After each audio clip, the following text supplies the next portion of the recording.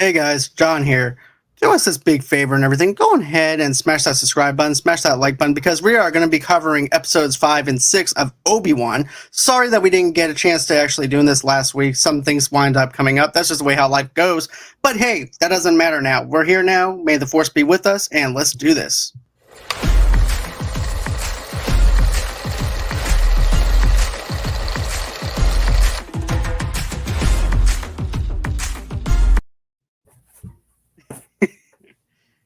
All right, so Alex is all jacked up on Mountain Dew. Oh But my, how's everybody doing tonight? not Mountain Dew. Oh, I had Mountain Dew, so I'm feeling powerful right now. I'm feeling fantastic. I haven't drank Mountain Dew in a while. No, I'm not drinking Mountain Dew. I just stay hyped so I don't have to get hyped, you know? Exactly. Put a little Mojo Raleigh in it. Yep. I dig it. This guy got the reference. Exactly. But anyways, guys, tonight we're actually going to be talking about episode 5, and then after that we're going to episode 6. We're going to talk to the first 30 minutes into episode 5, but we're just going to do the highlights of the stuff that we liked, and then fast forward over into our episode 6 review, because because here's the thing, I really want to get into the meat and potatoes of episode 6, because to be honest with you, getting to episode 6 was the reward and the payoff of what we were promised. Mhm. But when you look at episode 5, to me, it's the perfect cinematic experience when you're looking at it, especially the camera angles of everything, especially when Reva comes down and then you see the stormtroopers. It reminds me of Battlefront in a way, because of the way that they actually shoot it. And then Obi-Wan having that heart-to-heart talk with her was also another highlight of mine. And he's like, "Oh, you were there." And then, of course, Reva winds up saying this to him. "Well, you were there too. Why didn't you stop he was your Padawan?" And I'm like, ooh, Obi-Wan once again gets sucked right in the stomach. So I liked how they give him, they bust his balls throughout this whole entire thing, basically, and give us those ooh moments. So I like that. And also, too, I have to say, the action sequences were really good in this thing, especially the epic lightsaber battle between Reva and Darth Vader. I thought that was actually pretty cool. But what are some of the highlights that stood out for you guys? You go ahead, sir. Well, thank you for that. So first of all, my biggest takeaway from episode 5 was the realization that Vader was on to Reva from the start. He was already aware of the whole entire thing. And it's funny because she says to Obi-Wan at one point, "Well, how do you know that he isn't already aware that I'm coming?" And he's like, "Because he'll be too busy looking at me." And the problem about that is, it's like, once Obi-Wan, I feel like if Reva was going to truly take advantage of the situation, it should have been whatever Vader was doing, the Force Unleashed situation. Definitely. Like, that's when she should have been like, "Let me strike him now while his attention is pulled on this." Because if I strike at him now, he has to choose as to whether he's going to pull the ship down or fight me. But instead, it was like she waited until, oh, well, now he's frustrated and even more mad, which means he has more access to the Force. You know, and so he's literally just forced to the point. How disrespectful do you have to be to not even pull your own lightsaber out to fight the person? Like, I'm gonna break your lightsaber, and then I'm gonna use half of your lightsaber to whoop you with. And then, oh no, I'm gonna get the other side, and I'm gonna gut you again. And I know a lot of people kind of complain about, well, Reva should have died. How did Reva survive twice? She got stabbed in the stomach 2 different times. Like, well, she got stabbed in the stomach the first time, I'm pretty sure she has stuff done similar to what Fennec Shand had done in The Mandalorian, the way there was a bunch of cybernetics and stuff. And even if she didn't, obviously, with the exception of Qui-Gon Jinn getting stabbed in the stomach, doesn't really kill people anymore. No, anything goes when it comes down to the dark side and stuff like that. It's like, oh, you guys stuck in the chest. Okay, it's okay. You'll get back up again. Yeah. But the hate and the anger just keeps you going, I guess. Which, so would love too, but like, no, but definitely that anger, like the Grand Inquisitor said, nothing like revenge that keeps you holding on to life. You know, you in the gutter where we found you. I sorry, I didn't mean to just jump in there. Are you Oh what no, you're else you good. like to Go ahead. I was just gonna say, yeah, I really enjoyed that conversation Reva had with Obi-Wan. Just throwing more guilt at him. It's like, why weren't you there when your apprentice was killing all of us? And I'm like, my girl, he was drowning at that point. He He was just got getting Order 66 somewhere else. He wasn't even he there. got shot in the lake or something. But I'm really happy because a few episodes ago I called it. I said that Reva's not trying to kill Obi-Wan. She wants to get to Vader. So let me just hype myself up a little bit. It's, good job, Alex, for guessing that. But yeah, I loved Reva as a character, and I like seeing this part of her arc and just how she there's a brief moment where she like opens up to Obi-Wan. He's like, hey, we should work together and like let's jump this dude. And she's like, how do you think that'll work? Like, I'm like, oh, she's listening to him. Oh my gosh, they're about to do this. They're gonna jump him. But oh, that fight scene between Reva and Darth Vader. Well, first off, Darth Vader doing the Force Unleashed on that ship was freaking awesome. This show did a fantastic job of making me afraid of Darth Vader. Like, I always thought he was iconic, but I was never truly afraid of him until this show. Like, this show really showcased how powerful he is. And then when he was just toying with Reva the whole time, just force blocking all of her shots and then taking her lightsaber from her, passed it back to her. I'm like, dang, this dude is a gangster. I love him so much. I love Reva so much for trying. This episode was just kind of, for me, it was just like, hey, show me the fights and then let's get to the finale. That's where I want to get to. So I'm not saying it was the weakest episode of the season, but it was just like I was starting to get a little impatient. I'm like, hey, let's go. Let's get to it. Let's get to that finale. I hear you on that one because, to be honest with you, the fight scene between Vader and Reva was actually my favorite thing. It reminded you of like a Bruce Lee kind of fight, basically, where he didn't need no weapons to take you down. He was using the Force just to use against her and toying with her. And then I like that lightsaber that she had at first, where it was just spinning. Like the helicopter. Yeah, I thought that was okay. I'm like, okay, that is very interesting. I haven't seen that before. So I thought that was actually pretty cool. And then him splitting it, then all of a sudden you see the double lightsaber, which is very representative to Darth Maul. Huh? Him slowing down the lightsaber as it was spinning too. Yeah, that was impressive. Like Alex said, this made me afraid of Darth Vader. Also, too, I like how Obi-Wan winds up pulling the rug from Vader because I like the flashback sequence where Vader is actually just reminiscing of his past, reflecting back on his past between as a Padawan and versus going against Obi-Wan. So I liked how they did that episode. I just wish they would have done a deepfake for his character because he's not 17 years old trying to learn. This is a dude around my age. I was like, oh, that's a grown ass little boy, grown ass teenage boy, or how old he's supposed to be. And I heard this as a theory. I don't know how much I support it, but it's the theory of the understanding that when Vader was thinking about it, he was seeing himself as if he was still the Padawan in that moment. He didn't see himself as the master yet.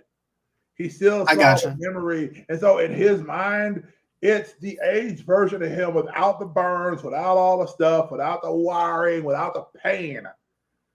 And him feeling like he could take Obi-Wan. It was more, old Kung Fu movies do this all the time. It's the fight before the fight that's here. And so when he's imagining himself fighting, it's himself in his current state, but that bright-eyed Padawan. Because you're like, there were no ships flying in the background. There were no major traffic, no major things the whole time. It was just them. Like no other Jedis came out to watch this. It was just those two. So in his mind, if he's looking at it, because you had a lot of those moments where they're flashing back, and him and Obi-Wan were kind of flashing into it themselves. And even when, Obi-Wan is basically teaching him, it's like your ambition to win is the thing that's going to be your undoing. And then he says, mercy Then of course Obi-Wan, and then of course his response is, well, no, what he says to Vader, what he says to Anakin at that point, we're here to protect life, not to take it. Mm-hmm. He says, well, mercy doesn't defeat enemies.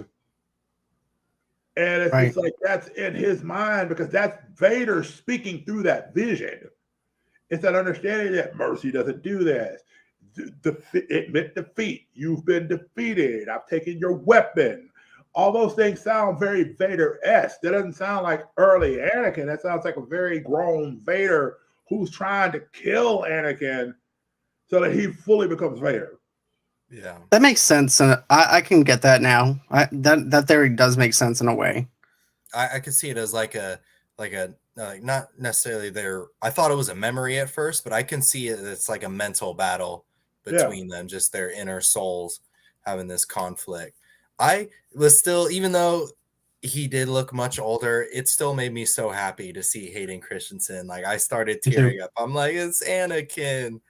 You gotten so much crap over the years for that role, and all of a sudden everyone loves you now, just out of the blue.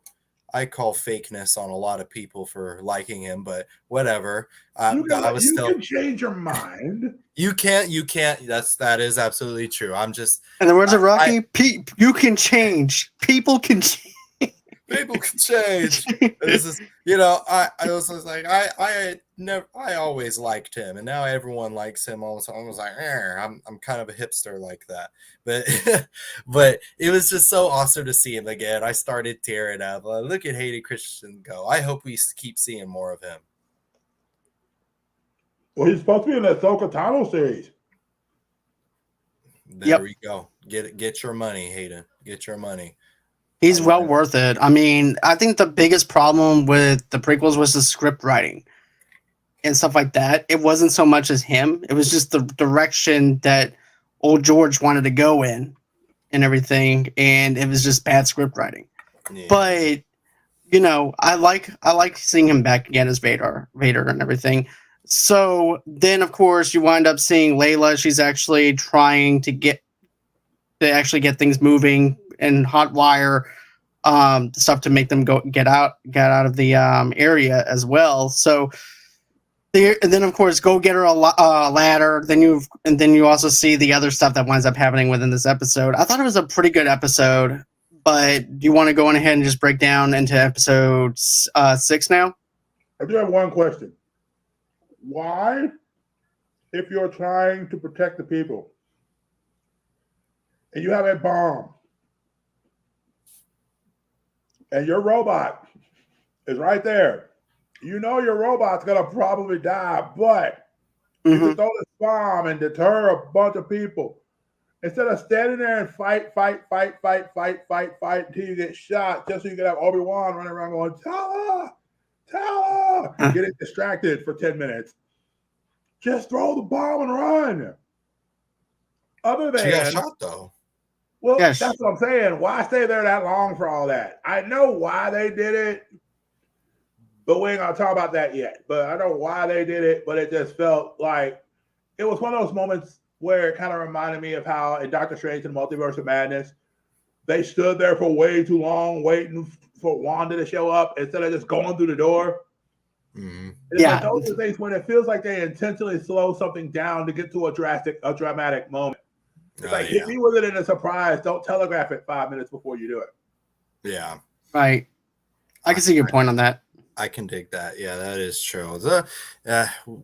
Hollywood, movies, TV shows, they all love the dramatic moments.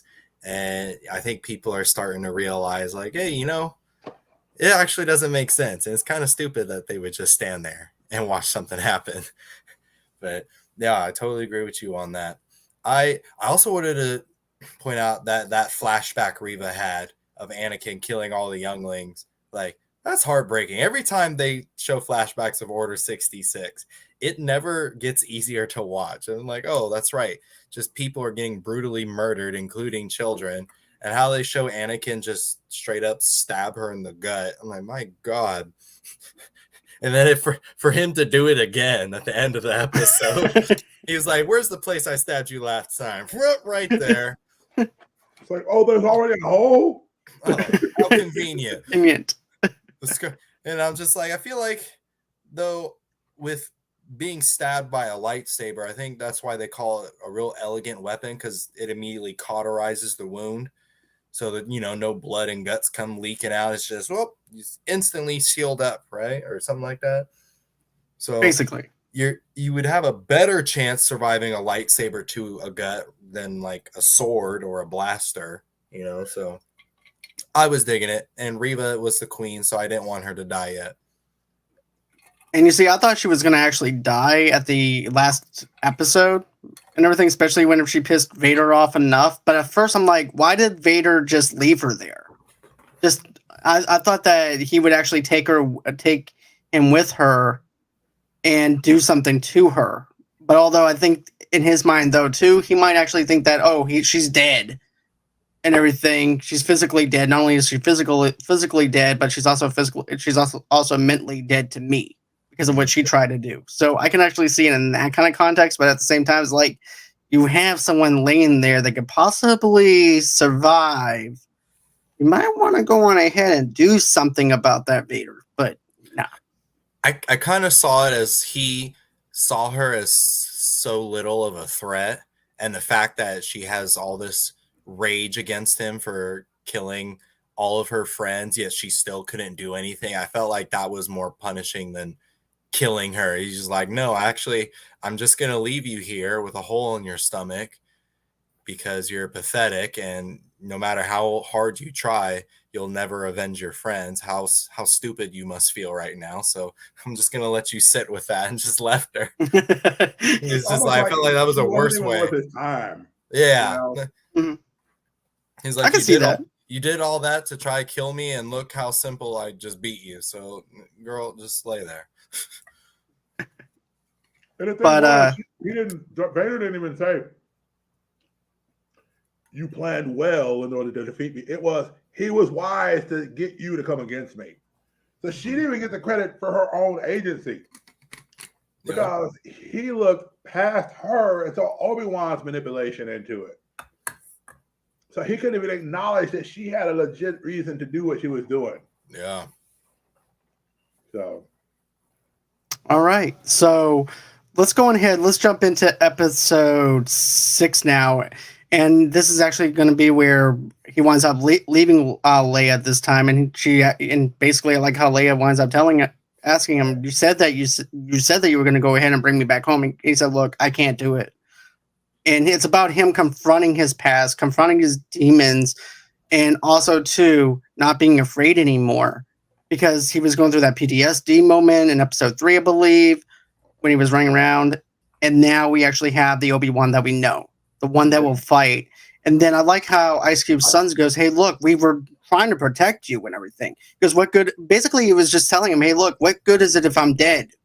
And he goes, you've done your job at protecting the Jedis as long as you can. But we need to go on. I need to go on ahead and do this. Otherwise, Vader is just going to keep on.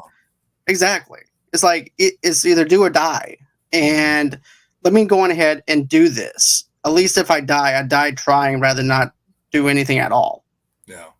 So I like that context. It's like the Wild Wild West, basically, where you wind up having this big bad that's basically the most wanted person in the world, and you're hiding out in the bar.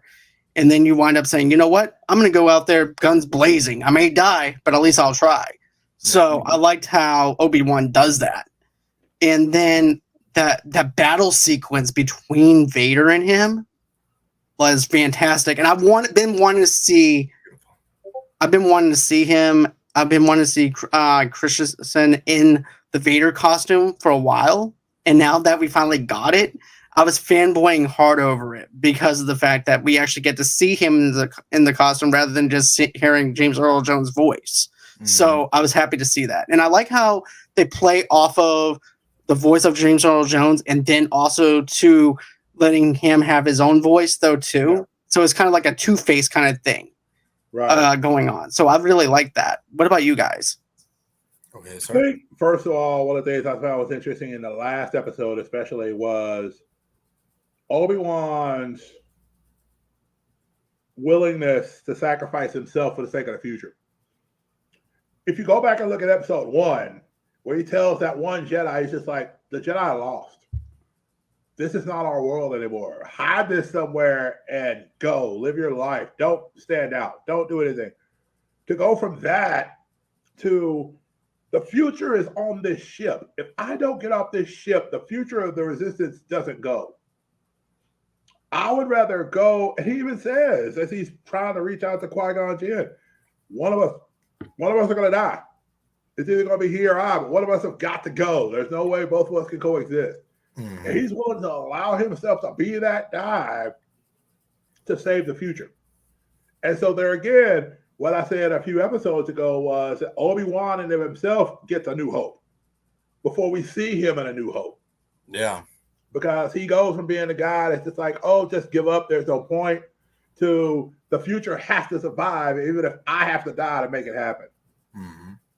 And so, of course, you've got the little thing from episode 6 where you've got the little communicator where Bail Organa is like, I'll go and find the boy. And then Reva has just enough information to try to go, she remembered Owen. Owen made enough of it back. And he's like, I need to find Owen. And I'm like, this girl got stabbed through the gut. And she's just walking in there like, it ain't no way. She's got a hole in her stomach every so often. But other than that, she's like, no, I'll still wipe the floor with all of y'all. And then old boy comes in there and it's all. And it's funny too, because Uncle Owen, he genuinely loves Luke. So much so that he will protect him from the thing that he ended up losing basically his stepbrother to. Mm-hmm.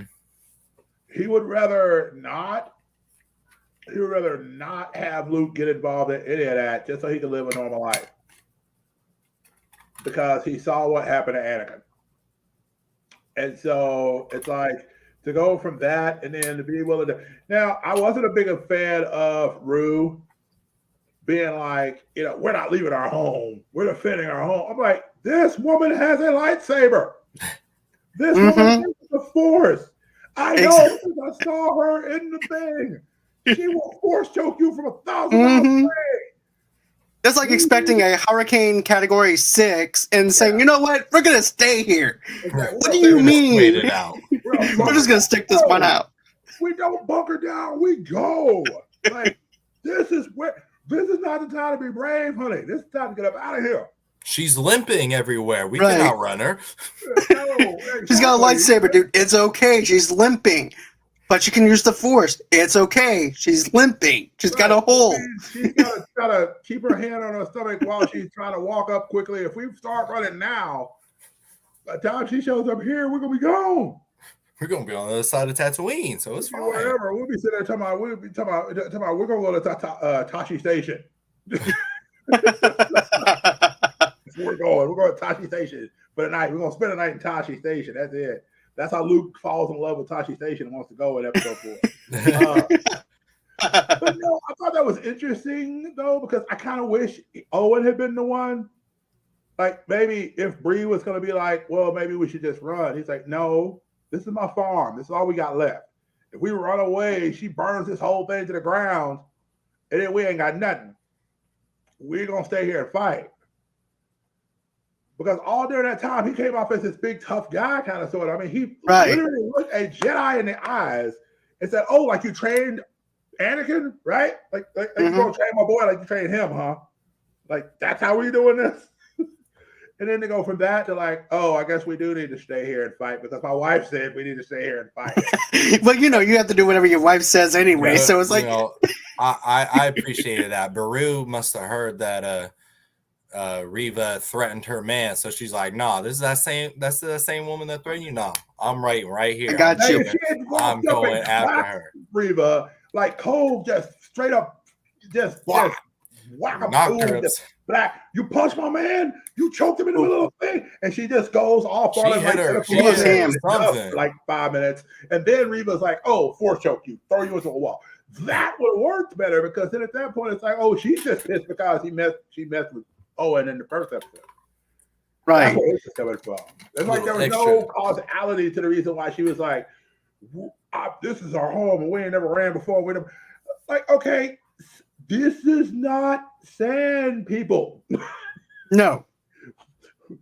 This is somebody that's at least somewhere in the neighborhood of Darth Vader, or almost as bad as Darth Vader, coming for us. And you mean to tell me you're just gonna stay? No, I agree with you. I mean, I would actually jet on out of there. I'm like, look, I'm protecting Luke. I'm getting our family out of here. If you want to go on in and do it, you can go on ahead, and I'll just tell Luke that you passed away later on. But like, I love you, baby, but it's you and her. Like, we're going over here. Hey, you got beef with her? Go on ahead, take care of that. Scared me in episode 1, so hey, I ain't dealing with that again. Right. Yeah, I ain't gonna have Luke can't handle getting. Look, I saw her hot lop a woman's hand off for no reason other than just because she could. Mm-hmm. I don't want to see that happen to you. So let's just go over here and we'll pull Luke away. I mean, yes, we needed the Luke moment because we needed her to kind of see herself in Luke in that moment at the end, so she could come to her own decision about who she was. And of course, there's rumor mill that we're getting a Reva series, which I'm like, honestly, if they're gonna do a season 2 of Obi-Wan, I'd rather see her in that. Same.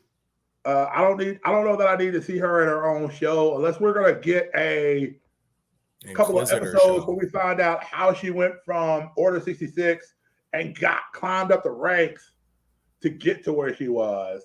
I would watch that, to be honest. After, like, maybe the last couple of episodes to be her coming to grips with who she is now. Right. I think that they could actually do that in Obi-Wan season 2 versus doing that in a Reva series, though. Right. And I'm with you. I feel like everything is a spin-off series now. I'm like, can we just have one context show without spin-offs, please? Mm-hmm. Yeah. Because back in the day, back in the 90s, we didn't have spin-off shows. We only had that one set show, and that was it. And don't get me wrong, I know that you can do a lot with spin-off shows, but I'd rather just have one cohesive story and tune in every day versus doing a spin-off show, because then you also have to watch the spin-off show to understand what's going on with the other show. Right. Then you have to watch that spin-off show, and then it becomes too much to digest. Right. Like, do we need a little Leia show? No. Do we need a Luke show between No, I would like there's little Skywalkers is what it's going to be. That's going into CWDC territory. Like, hey, we're going to make a TV show about Alfred instead of Batman. Hey, we're going to make a TV show about Commissioner Gordon, which I did like for a little bit. But me too. It's just like, I didn't need that. We're going to make a show about Bruce Wayne's illegitimate child that's not Damian Wayne, which is what they're working on now. And I'm just like, Gotham whatever. Gotham Knights. Gotham Knights. And I'm just like, there's a video game called Gotham Knights. Why didn't we just do that in a series? No. Right. No. It's too entertaining. They can't do that. Give me Jason Todd whooping people and then Nightwing sitting there going like, hey, you can't just throw people offside the buildings. And then, have Cassandra Cain and Spoiler and a couple of other, the Batgirls and the other Robins and Tim Drake as Red Hood. Like, give me something that we know. Like, that's. But yeah, exactly. Overall, back to Star Wars. Back to. Right. Back over to yeah. I really appreciated. We got to see Obi-Wan really go off. And a lot of people are kind of critical about, it was his thoughts of Leia that caused him to kind of power up or whatever, where he was being buried in the deal. I'm like, well, of course it was his thoughts of Leia because he'd been with Leia, and this is how he kind of got the hope back to believe in Luke. Like, everybody's like, but in the show, but in the movie, Leia doesn't know who Ben Kenobi is. Leia says, well, Ben Kenobi fought with my father during the Clone Wars. Like, you'd think a girl would remember all this stuff that was going on. I'm like, yeah, it's called the last bit of the scene in the show where he says, they can't know that we know each other. They can't know that we've been around each other because it could be dangerous for both of us. So if you're Princess Leia, an older Princess Leia, and you're communicating, trying to get a hold of Ben Kenobi, who fought with her father during the Clone Wars, that's enough to trigger him and know, and that's just something he doesn't have to ever reveal that he knew her beforehand. One thing I liked, though, and I have this in my notes that I'm going to follow up with, was when basically Obi-Wan calls him Darth. I thought that was perfect placement. Because it actually understands, now we can actually have some understanding into what he was saying in New Hope. And, and now we actually have some cohesive context behind it. Man. So that's something that I really like. Yeah. And then also, yeah, think about too. Okay, so he goes off, he does the rock thing, he goes Super Saiyan Obi-Wan, and he just starts throwing rocks and all this stuff at Darth Vader at this point. It's still seeing his friend, still trying not to go in for a death blow. And the thing I love too was, okay, so they did the split of the mask. Mm-hmm. And in Clone Wars, they did the same thing, but on the opposite side.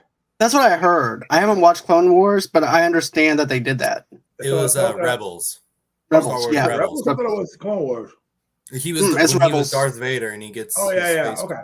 So, but Ahsoka did it, but it was the opposite side, and so they did the same thing with that, but it was with the voice actor that was currently playing him, where it was James Earl Jones mixed with that voice actor. So they had already tried to perfected that reverb technology the way they could go in and out. And then I love the fact, and I know people are going to nitpick it, that Anakin says, "You didn't kill Anakin Skywalker. I did. Just like I'm going to kill you." It's that switch. It's like, oh my, boom. And I'm just like, whoa. Now, mind you, he couldn't really act on it. Right. Because Obi-Wan could have been like, oh my gosh, he's still alive. Like, and somebody's like, well, he left Obi-Wan, he left Darth Vader alive. I'm like, you do understand that episode 4 and the rest of the movies happened, right? Like, right. Luke has to redeem him. Like, that has to occur. That has to happen because it's canon. You're acting like that all didn't happen after the fact. Like, we knew Vader was going to live. We knew Obi-Wan was going to live. We knew Luke was going to live. Vader was going to live. We knew Luke was going to live. So, yeah, we're kind of curious as to how they were going to play this dance. But anybody that's watched the movies know these things are going to happen because we've already seen what happens next. Exactly. People are like complaining about stuff. It's not canon. They messed up the canon. Who's they didn't. Why is there? I'm like, dude, it fits. Watch it in its entirety. It fits. They put the blocks in to make it work. Exactly. And the only thing I have to say that I thought was, and here's the thing, when you look at the continuity with the canon stuff, some of it you have to go on ahead and just detach yourself from the canon just a little bit because of the fact that they're going to put in their own little spin on certain things that may not add up to what's canon. Yeah. So you have, and it's a small little nitpick thing that I have maybe on a few things, but I enjoy the show for what it is and what they gave us. Right. But the thing is, seeing Layla at the end, and then seeing the gun holster, I'm like, do I really need to know how she got her gun holster? It was like she was getting ready for Halloween, and basically, oh, you have a holster. I'm like, okay, did I really need to see that? Of the iconic Princess Leia items they could have picked, I was like, the holster, okay, sure. I guess that's that's why What's-Her-Face died is because they wanted to. Because remember, I think it was episode 3 when she says, "Can you teach me how to shoot?" That's true. And so she comes back and she says, well, she's going to be a fine warrior someday. And then Obi-Wan's like, yes, I think she could be. And so it's that idea that they were keeping that, kind of letting us know, reminding us, hey, she's going to be somebody important someday. And then the speech when Obi-Wan says, your mother was a compassionate person who loved fiercely, who did this. Your father was a passionate person. And he didn't go into specifics. What I kind of would have loved to have seen is maybe somehow through the Force, he allows her to see glimpses of her mother and father. Because if you remember in Return of the Jedi, Luke says to her, do you remember your real mother and father? And she says, only in glimpses and visions. And I thought that would have been cool to have Obi-Wan be the one to plant those in there. Right. And another thing I wanted to see was remember when Padme says there's still good in him? I wanted to see them play off of that, where he can still see where he could see what Padme saw and everything. Yeah. But they didn't play off of it. But I'm okay with that. They didn't. I just have to, like I said, it's little small things I have to detach myself from. Right. But, and also, you have to think when Obi-Wan says that my friend truly is dead. He was trying to see the good. That's right. He was the whole entire time. That's the reason why he wasn't able to balance himself. It's because he kept saying, I didn't want to have to fight him. I didn't want to have to put him in that situation. and he's alive. I saw him burning. How can he have survived that? And then, is there anything left of the Anakin? I know. Exactly. And then whenever he said, I destroyed Anakin Skywalker just like I'm going to destroy you. At that point in his mind, he said, okay, there's nothing left. And so I feel like what Padme said did stick with Obi-Wan. Okay. But it was the fact of him having to realize Anakin, because it felt like for a while in the first part of the series, he really blamed himself for what happened to Anakin. That's true. What until Anakin said that, it was just like, no, he made his choice. He embraced the dark side. And there's nothing I can do to bring him back. I love that part. There's just, you just see just that whole fight. Well, first off, the choreography was amazing. I liked how agile Darth Vader looked, and that was just an awesome fight. I like the part where they bring their lightsabers on the ground and Vader like summons a rock to like trip up Obi-Wan and the side. It was like a very finesse, especially for Darth Vader. Never seen him move that quickly or that flowy before. It was really cool. But I loved, my favorite thing about this whole series was the raw emotion that Obi-Wan Kenobi goes through, especially at that end when he like finally slices off his mask and Vader is like, I'm not your failure, Obi-Wan. And then you just see like that weight just get taken off. It was like a brief moment where I felt like the good in Anakin was coming out. It's like, I'm not your failure. Like, it's not your fault. Right. Like, it was like deep down, because even deep down, Vader knows that he messed up. He's just in it now, though. Yeah. And when Obi-Wan just started crying, just outright crying, like I started crying too. I'm like, oh my god. And Obi-Wan saying, I'm sorry for all of it. Yeah. Like he needed to apologize for his own sake. It wasn't even about Anakin at that point. It was for himself. He needed to let that go. Mm-hmm. So let that go. It was just beautiful. I loved it. I was actually, another thing that tore me up was, okay, let's talk about the surprise cameo appearance. Even though that Liam Neeson did touch on this in the news articles and stuff like that he wasn't sure if he was going to be in the Star Wars thing and stuff like that. And my friend Chris, we never had anybody ever say that they're not going to be in something and end up being in something. Exactly. The only one that almost pulled it up. Here's the thing. The only person that was able to almost pull that off was Andrew Garfield. I'm sorry, Liam, but Andrew did a better performance, so he gets the Oscar for that. But here's the thing. One of my friends, Chris, was actually screwing with me the other day. He goes, and we have a surprise cameo. I was like, who is it? And he knows I hate Jar Jar. So he sends me a gif of Jar Jar. I said, I hate you. I really do. I said, it better be Liam. And so Misa back. No, Misa not. No. No. Imagine at that moment when he's sitting there screaming, Obi-Wan. And all of a sudden, Miss Eddie, you was here? I've been here all along waiting on you. I won't kill you, Darth, but I'll leave this with you. Annie. Like, our blood debt is now our blood debt is now complete, and he just walks off. He's so happy, but yeah.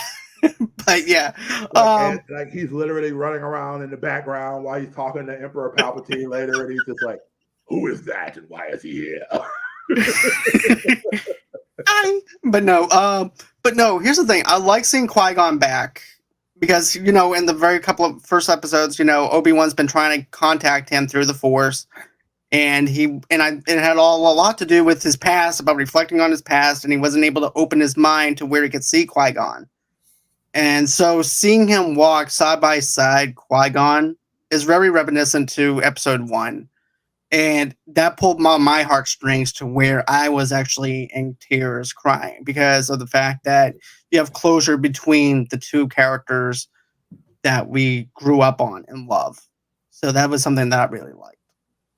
Yep, I was full on tears. Like I was like, that's Qui-Gon. Oh my god, that's Qui-Gon. My wife's just looking at me like, it's okay. Like, it's not okay. He died in episode 1. We haven't seen him since. It's not okay. I'm not okay. Welcome to my right life. now. I'm so happy. I'm so happy right now. I want more Force Ghost Qui-Gon, please. Maybe we'll get a limited series where it'll just be maybe it'll be the just a Qui-Gon trilogy where it'll be just the lessons that he teaches Obi-Wan along the way. I like that idea. It's like kind of like the Lone Ranger in a sense, but Star Wars edition. but yeah, I thought that the season was really good. I actually gave this a B instead of an A because I wanted to, and I just had to be true to myself on how I liked it. There was that one episode where they wind up getting caught, and Layla winds up ratting out who they really are. That episode I didn't really care for, other than like that end scene sequence, and there was like some other stuff that I didn't like within the show that I didn't really enjoy. But the payoff at the end is what gave me the B for me. On that emphasis of the promise that Disney gave us, and they actually delivered on it. Yeah, I would agree with that grade. I would give it a B also. There were some things that were awkward, like the writing in the episodes was a bit off sometimes, especially with Ice Cube's son's character. Like he just had some weird lines. He was like, "I can't Get a ladder." Look at all these people that I gotta help. I can't help you. Okay, I'll help you. All right, I'll help you. Whatever you need, I'll help you. That's just one example. Even with my queen Reva, like just how her lines were written. Sometimes she always had to have the last word, and it would just come off as corny. Sometimes I was just like, no. But overall, this was a great show. It had me in my feels. I loved how vulnerable it was with the characters. And honestly, I hope we don't get a season 2 of Obi-Wan. I actually hope instead we get a Darth Vader series, because that's what I want to see. I want to, because if you read the comics, especially the new ones, there is a lot that he goes through as a character, which that I think would be really interesting to see on television. So instead of a season 2 of this, let's do that. And you see, that's something that I've been wanting to see. We always see, TV series revolved around heroes. We never see it in the perspective and the lenses of the villains. And it's very reminiscent to me when you look at The Walking Dead, for example, where Carol looks at Daryl and she winds up saying, "Are we the hero or are we the villains?" And she said, "Are we the heroes in somebody else's story or are we the villains in somebody else's story?" So therefore, if playing off the villain narrative, they could actually be thinking that they're the heroes, thinking that they're doing something right when they're really doing something wrong in their eyes. So that's something that I really want to see. And I also wanted to see a Darth Maul show, even though we actually had Rebels, but still, I wanted to see Darth Maul in some kind of capacity. Yeah, especially after that end credit scene in Solo. In the Solo movie, have you seen how he showed up? I screamed when I watched Me too. I fanboyed, but at the same time, I'm like, the movie bombed, so therefore that might not even be in continuity with anything that they're going to be trying to do in the future. So that sucks. But that's sad because I like that movie. I really, number one, I think it's interesting how each one of the episodes of Obi-Wan parallels with the first 6 episodes of Star Wars. Mm-hmm.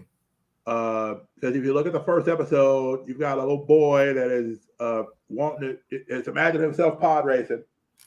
Luke is getting on top of the thing, and then a princess gets kidnapped.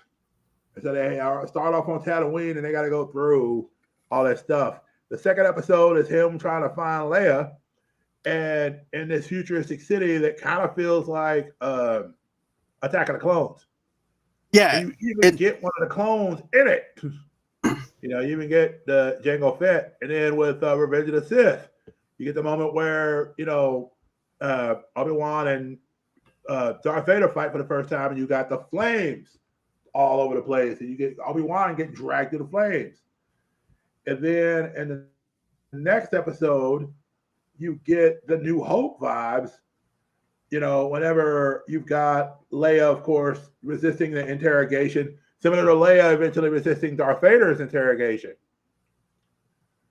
And then also dealing with the Millennium Falcon and all these different things, them trying to go through and get Leia out. And then you've got the next episode with 5 and 6, of course, mirroring Empire and Return of the Jedi. So each episode of Obi-Wan feels like it's a true tribute to the movies prior. Okay, I can definitely see that. But I think that's everything that I had wanted to cover as far as episodes 5 and 6 go. What about you guys? My only thing is, if I could change one thing, I would have wanted a Darth Maul end credit scene. It probably wouldn't have made sense for the story they were telling or anything. It probably would have felt like fan service, but that would have made me the happiest camper. Same here as well. I'm a Darth Maul fan. Yeah, the fact that it's promoted as a limited series has to do a lot with the Oscars. Because if I understand things right, they can't say they're a continuing series. If they do, you don't get nominated. So if you say you're a limited series, you can get nominated. Now, once the nominations are over in that regard, if they say, well, I would not be surprised if they don't get nominated, if they do or they don't. I wouldn't be surprised if they announce an Obi-Wan season 2 after that. Yeah. Because I think that's the way you kind of keg hole and you kind of go in and be like, okay, well, what's Reva's story been? You could have a Darth Maul subplot, the second arc. You could have, in my perfect world, you'd have Mace Windu show up somehow or another. And you'd not quite be sure where he's at because he's all like, he kind of comes at Obi-Wan with a lot of the same fire that a lot of other people, because you were the one that was supposed to train him, and yet he almost destroyed us all. Exactly. So that's going to be it as far as the show goes. But guys, we have plenty of stuff here on the channel. We have a Stranger Things Season 4 Volume 2 trailer reaction that I did. We also have a Rossie and I reacted to the teaser trailer for Blonde. We also did a Mike Tyson trailer reaction. So we have trailer reactions here. We also have short videos if you want short videos. Tomorrow, I'm going to be reviewing Hotel Transylvania, Transformania tomorrow. And I'm going to be editing out that video and then dropping it probably on a Sunday. And then that Sunday evening, I'm going to be doing 2-episode review of The Umbrella Academy Season 3. So that's what I'm going to be doing for Sunday evening. As for Monday goes, I don't think there's going to be a show because I'm still having to do my playlist for Playlist Wars for GTA, for Grand Theft Auto. So I still have that list that I have to do. So that's going to be it as far as the show goes. I do want to thank you, Will, for joining us as always. I do appreciate it. I always love it when you're on. You always bring another comedic element to the show. Same thing whenever Alex is doing his James Earl Jones impressions and stuff. So I definitely appreciate you guys both being on here. It's interesting that he said comedic. So I came on just to be funny. And you also bring a lot of the light into the dark side as well, with giving us the balance of the Force of our Obi-Wan series. So I do appreciate that. I can deal with that. Okay. Alex, it's a pleasure as always, sir. Thank you, sir. It's always great seeing you. And we'll definitely be having you back on again, Will, and stuff like that for another after show. And always go on ahead, subscribe over to Will's channel for conversations about ... He always has a good lineup coming on his show and stuff. I've been listening to a little bit of his podcast. So go on and check him out. And always until next time, guys, it's been real. It's been fun. Have a great and safe night. And bye-bye.